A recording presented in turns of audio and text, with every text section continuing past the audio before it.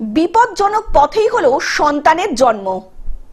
বর্তমান সরকারের আমলে জেলায় বেশ কয়েকশো কিলোমিটার রাস্তা তৈরি হলেও সামান্য বৃষ্টি হলেই বিপজ্জনক হয়ে ওঠে সেই রাস্তা। বর্তমানে মেদিনীপুর সংলগ্ন এলাকার রাস্তা এতটাই ভয়ঙ্কর, প্রসূতি নিয়ে হাসপাতালে পৌঁছাতে পারল না পরিবার। ঝুঁকি নিয়ে গাড়ির ভেতরে প্রসব করলেন আশাকর্মী মানসী পাত্র। স্থানীয় বাসিন্দা সুব্রত সিং ও সোনালী সিং এর প্রথম সন্তানের জন্ম হলো রাস্তাতেই। বুধবার ভোরে সোনালীর প্রসব যন্ত্রণা ওঠায় তড়িঘড়ি হাসপাতালে নিয়ে যাওয়ার ব্যবস্থা করেন সুব্রত। ভোরবেলা অ্যাম্বুলেন্স না পাওয়ার জন্য আত্মীয়র গাড়ি করেই সোনালীকে নিয়ে হাসপাতালে নিয়ে যাওয়ার ব্যবস্থা করেন, কিন্তু রাস্তার অবস্থা এতটাই খারাপ যে গাড়ি বেশি দূর পর্যন্ত আগাতে পারল না।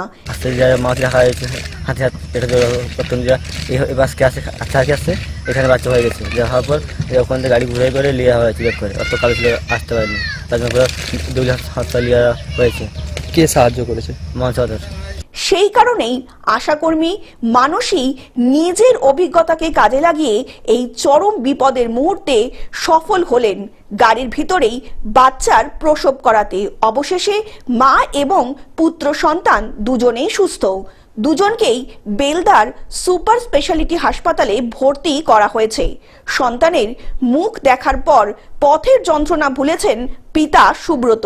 অন্যদিকে এই আশাকর্মী দিদির প্রশংসায় পঞ্চমুখ জেলার স্বাস্থ্য আধিকারিক সৌম্য।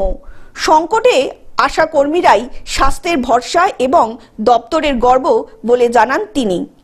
দেখি সাহস করে যদি তুমি ব্যথা দাও, সেই থেকে হয়তো যাই হোক ট্রেনিং প্রাপ্ত নয়, দেখে শুনে যেটা হয়তো আমার মনের সাহসে আমি করেছি।